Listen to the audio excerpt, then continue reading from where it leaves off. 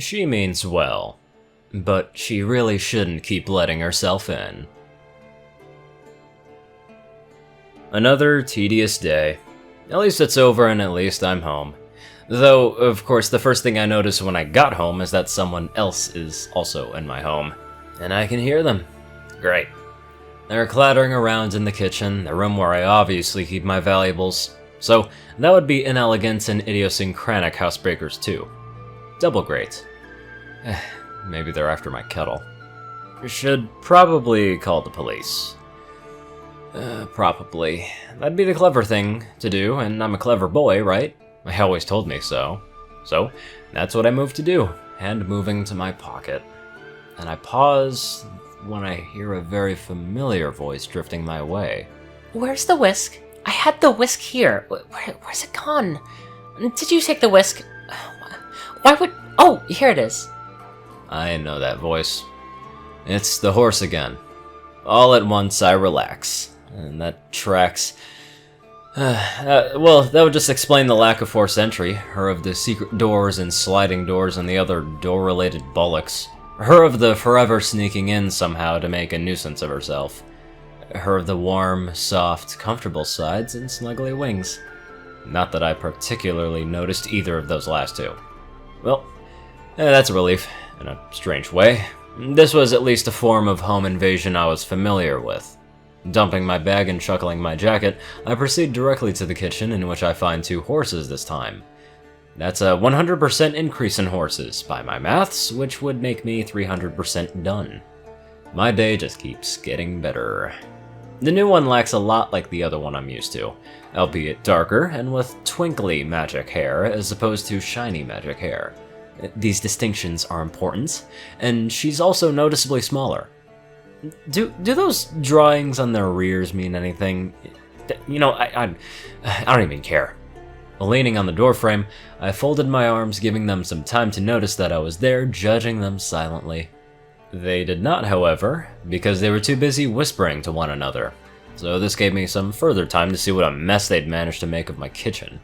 I mean, it hadn't exactly been great when I'd left it this morning, but now... Hey, jeez. Thanks, horses. I said at length, making both of them jump. Oh, that's always gratifying. The horse I was familiar with, my horse, dropped the whisk she'd been magically manipulating, and the other horse, the newer one, nearly choked on her head on the cupboard she'd been snuffling around in. Both whirled to face me, getting entangled briefly. It turns out that my horse's ability to maneuver around my place was countered by the presence of the new horse. Oh no. Hello there, I said once they'd both turned around fully and got unstuck from another. I nodded hello as well to both, which was an acceptable level of politeness. The new horse nodded back but said nothing, while my horse beamed as though she hadn't made a horrible mess of my kitchen. Hello, she said brightly. I wanted to make you something by way of apology for, eating all of those buns, so I decided to make a cake. This she said while grinning at me in a way that seemed calculated to make it difficult to be annoyed with her. It worked too. It was difficult to be annoyed with her, but not impossible. And she had indeed eaten all of my buns, and not just the ones I had on the plate. Following her last visit, I'd woken to find myself sans horse, which was what I'd expect, and also sans every last hot cross bun in the fridge, which I hadn't expected. Also, I had a feeling that she'd helped herself to some of the biscuits on her way out too, but it wasn't like I kept a running count of those, so I couldn't really be sure. It was just a feeling. Still, I had to admit, it was a touching gesture. In theory, at least. The practice, what I could see of it, looked like it was leaving a little to be desired. In my experience, ingredients were meant to go in bowls, not around bowls. Very nice of you, I said. And how's it going? She looked around, surveying the same mess I'd cast my eye over. If she was disheartened by it, it didn't show. I feel I have made a strong start, although not without issues, I'll admit. It has been some time since I have made a cake myself, however, and I am perhaps a little out of practice. It's why I volunteered my sister to help, she said, tilting her head a little in the direction of the new horse, who rolled her eyes. My horse then leaned in and brought up a wing to whisper behind. She hasn't been much help. The new horse, having heard this obviously, huffed and turned her nose up. It is hardly our fault that the kitchen is ill-equipped, and your instructions have been poorly delivered and are often contradictory, she said, again with a huffing. My horse was just grinning. I'll admit that I might mumble a bit when I'm concentrating, she said. That would make for communicating instructions difficult. Also, did the new horse just say my kitchen was ill-equipped? That's true, but she shouldn't say it. If I had feelings, they would have been hurt. Nice to know you're thinking of me at least, I said. Buns that irresistibly are delectably sticking with a mare, she said with a waggle of her eyebrows. Tee. Ah, buns. Sister, did you put the eggs into this?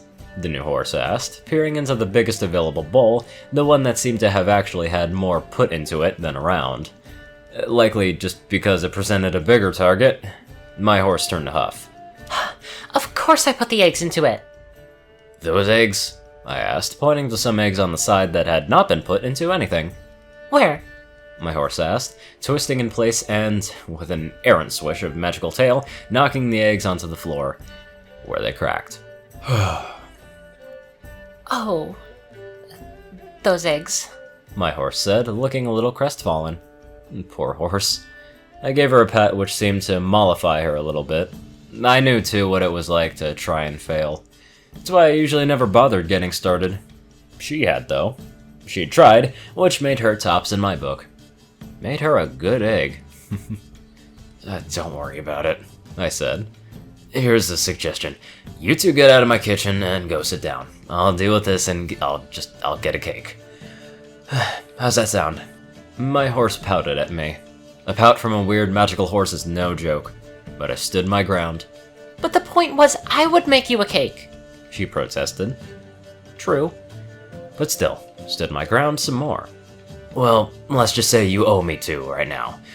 Right now, though, it's either this or no cake at all, and that way, we all suffer. I mean, you are going to be coming back again without warning, right? I asked. It looked like she was going to argue this point before realizing that to do so would be to lie, so she bit her tongue and opened and closed her mouth a bit before finally saying, Maybe. As I thought. Then, just bring a cake you made earlier when you do. Hell, just cheat like I'm about to. Buy one and tell me you nailed it on your first try. I'll believe you. I'll lavish you with praise. For now, though, you and your sister here can just sit while I go and get a cake and then come back and we all can eat cake. Does that work for you? Born salesman me. Could sell water to the wet.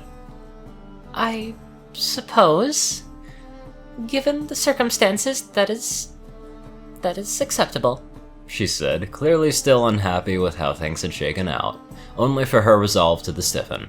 I will make it up to you, though. I will make up for devouring your delicious buns. The other horse grunted to herself and shook her head. I might have chuckled. I expect so, but yes, off you go. I'll take it from here. With this, I made shooting gestures, which might have been, over-egging the pudding, but it seemed to get the point across. They departed the kitchen, my horse leading the way with a new horse following closely behind. Watching two magical horses bickering with one another as they got stuck both trying to fit through a narrow doorway at the same time was a unique pleasure.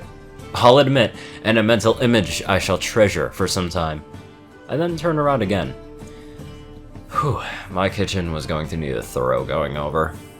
Guess I know what I'm doing tomorrow then. I did wipe up the eggs though. Not a good idea to leave eggs lying around on the floor. That's a recipe for disaster. Or a sticky mess that's hard to scrape off, depending on how things shake out. And who wants to tread on eggshells? Ugh, my poor eggs. Could have made an omelet with those and now they're all broken. With that done though, I slung my coat back on and headed out onto the shops. Not far, and by the time I got there they were still open and indeed still had cake on offer. What an age to be alive.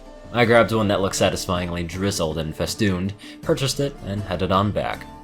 When I got back, I found them in my lounge struggling to fit on my sofa, while also struggling with each other on my sofa. There was a lot of grunting and shoving of hooves in faces. crowns were askew, and dignity was notably in its absence. "You two have been fighting the whole time, haven't you?" I asked after a few seconds of standing and watching them. When they heard me, they both froze mid-shoving, hoof and face, and turned to look at me. I got the impression that this wasn't something that they were in the habit of letting anyone else see them do. Having been caught, they didn't seem sure what the best step was to take. At length, they clearly both decided that the best step to take was just to disentangle. Slowly. "We were comfortable," my horse said, pointedly glaring at the new horse. "until some pony started pushing for no reason. No reason! Sister, you sat on my head!" The new horse protested. A human sofa apparently not really made to accommodate two reasonably large magical horses. Ooh. Or else she had just done it on purpose, which I could also imagine. "It was very comfortable," my horse said to me as though divulging a trade secret. I hope she took her princessy duties more seriously than all this. I suppose she did invade my home specifically to blow off steam, mind, or so she told me, and it was pretty funny. Or so I thought. Anyway, I have cake, I said, by way of changing the subject, holding my freshly purchased cake aloft. The two horses both gazed at it in wonder. Or so I like to think. Going to go and carve us all some generous slices.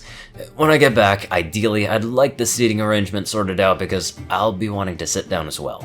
I didn't even wait for an answer. I had a cake to cut up. For me, a grown, semi-muscular man, this was not a hard thing to do. So, it wasn't very long before I was back in the lounge, juggling 3 plates of cake. And there in the lounge was a fresh horse. This one was little. Another one? Seriously. Seriously, how were they getting in? "Hello," the little horse said, brightly on seeing me enter. "Hello?" I said to the little horse. Things were starting to get real crowded in here. "How many more of you are we expecting?" I asked my horse as I passed out plates of cake to my guests. I'd carved off 3 slices in the expectation of having one myself, but now I had 3 guests. So I just gave my slice to the little horse, who clearly hadn't expected cake, but also clearly wasn't going to turn it down. "Oh no, this should be it," said my horse, patting an empty spot on the sofa. Well, spot.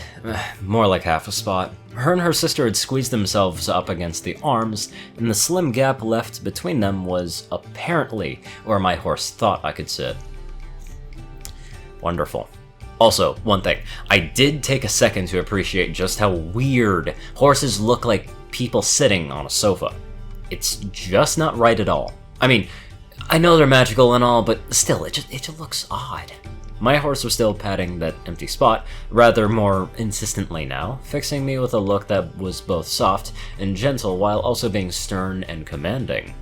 Not sure how she was managing to pull that off, but I sure wasn't going to push my luck with a magical horse princess.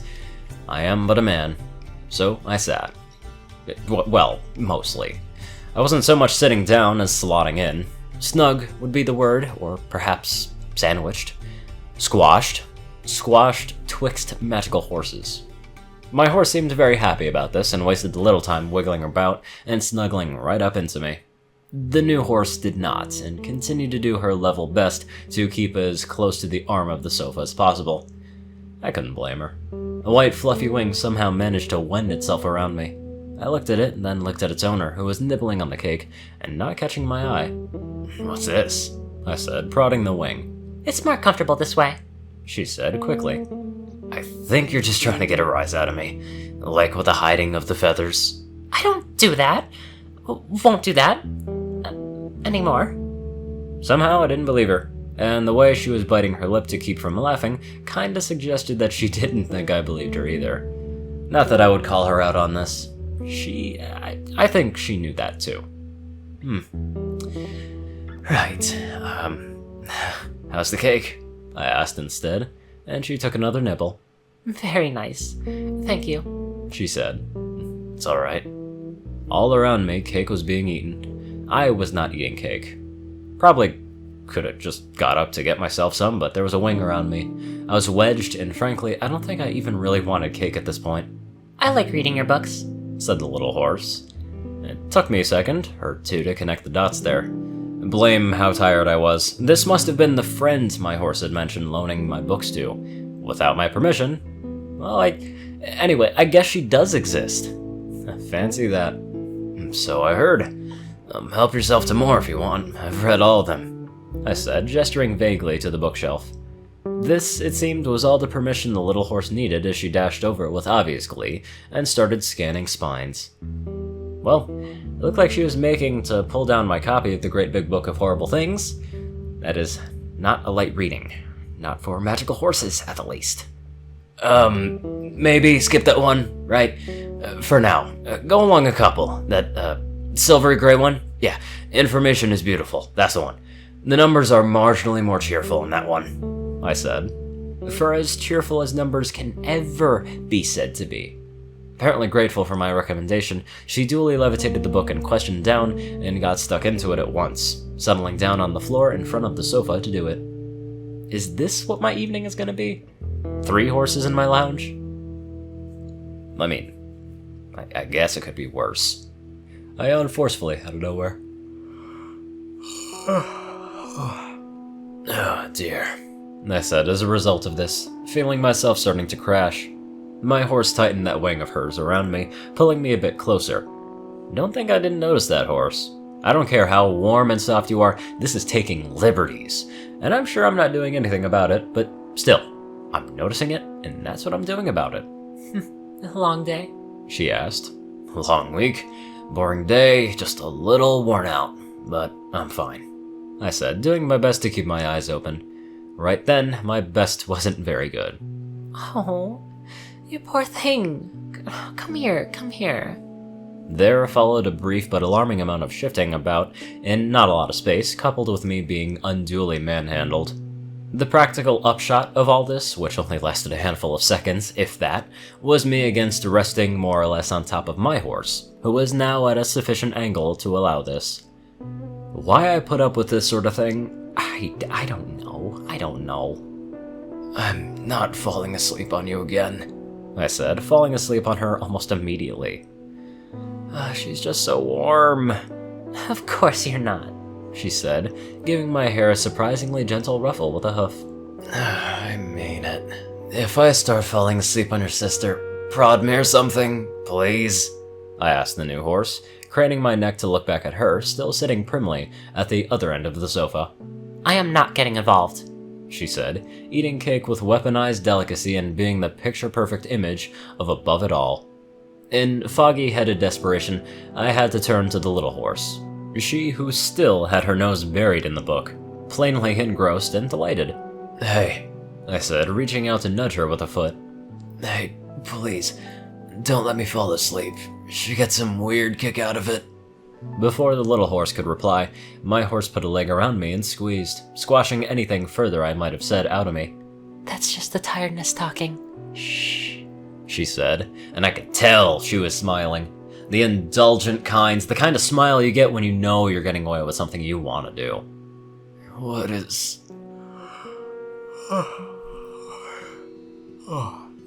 I yawned here, and so I had to start over. What is wrong with you? Is she always like this? I didn't get an answer to this question, as neither of the other horses said anything, and as my eyes had decided to close, I couldn't see if any significant looks had been exchanged either. So, I had no idea if she was always like this. Shh. It's okay, my horse said very softly now. Fuck it. She's weird, but she's comfy. I'm gonna... You owe a lot of cakes. Gonna come to your house. See how you like it. I burbled. Kinda lost the thread there. It had sounded very assertive in my head. Really. You know, makes me wonder how many people would kill to have that happen in their house. Anyway, I'd like to thank my non-murderous donators.